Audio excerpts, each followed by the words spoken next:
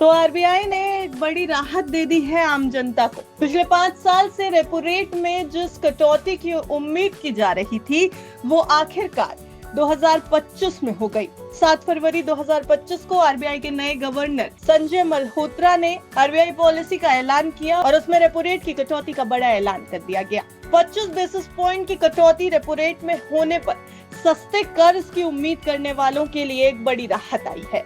अब ब्याज दरों में कटौती हुई है तो आरबीआई से बैंक सस्ती दरों पर कर्ज ले सकेंगे और इसका सीधा असर ग्राहकों पर पड़ेगा जिन्हें होम लोन, कार लोन और पर्सनल लोन लेना है, क्योंकि ऐसे समय में कर्ज सस्ते हो जाएंगे और आपके लिए बैंक से कर्ज लेना आसान हो जाएगा। लेकिन ध्यान दें, इसका असर धीरे धीरे दिखेगा और ये इस बात पर भी निर्भर करेगा कि बैंक इस दर कटौती का कितना फायदा ग्राहकों को देते हैं। लेकिन बात यहाँ सिर्फ आम इंसान की नहीं, बात यहाँ निवेशकों की भी करेंगे, क्योंकि रेपो रेट में कटौती का सीधा असर निवेशकों पर भी पड़ता नजर आएगा। तो फायदे के फंड की इस रिपोर्ट में हम आपको बताएंगे कि अगर आप म्यूचुअल फंड्स में इन्वेस्ट करते हैं तो रेपो रेट की कटौती का आपके निवेश पर क्या असर होगा, कौन से ऐसे फंड्स हैं जिनको रेपो रेट में कटौती होने से फायदा हो सकता है और आपके निवेश पर इसका कैसा असर आएगा। ज्यादातर बाजार के जानकारों का ये कहना है कि जो डेट म्यूचुअल फंड्स में निवेश करते हैं उनके लिए रेपो रेट का कम होना एक अच्छी खबर हो सकती है। दरअसल जब ब्याज दरें घटती हैं तो डेट फंड्स की वैल्यू बढ़ जाती है। खासकर लॉन्ग टर्म डेट फंड्स को सबसे ज्यादा फायदा होता है। कई विशेषज्ञों का ये मानना है कि इस फैसले के बाद डेट म्यूचुअल फंड्स निवेशकों के लिए अट्रैक्टिव हो गए हैं। ट्रस्ट म्यूचुअल फंड के सीईओ संदीप बांग्ला की अगर माने तो कम समय के फंड्स अच्छा प्रदर्शन कर सकते हैं। जब महंगाई काबू में आएगी तो लंबी अवधि की दरें कम होंगी, लेकिन इसमें समय लगेगा। रुपए पर भी दबाव है, जिससे ब्याज दरों में उतार चढ़ाव रहेगा, लेकिन ज्यादा बड़ा बदलाव नहीं होगा।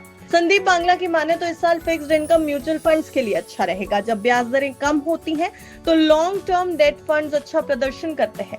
शॉर्ट टर्म डेट फंड्स को भी नेट एसेट वैल्यू बढ़ने का फायदा मिलता नजर आएगा। तो अगर आप डेट म्यूचुअल फंड्स के निवेशक हैं या उसमें निवेश करने की सोच रहे हैं तो चलिए हम आपको ये बता देते हैं कि अलग अलग मार्केट एक्सपर्ट्स की डेट म्यूचुअल फंड्स को लेकर के क्या राय है।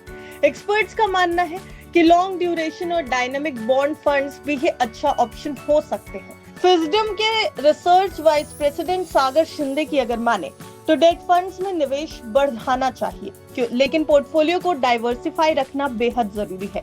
लॉन्ग ड्यूरेशन और गिल्ड फंड्स इस समय सबसे अच्छे 2 ऑप्शंस हो सकते हैं। वहीं bankbazaar.com के सीईओ अदिल शेट्टी की राय भी ले लेते हैं।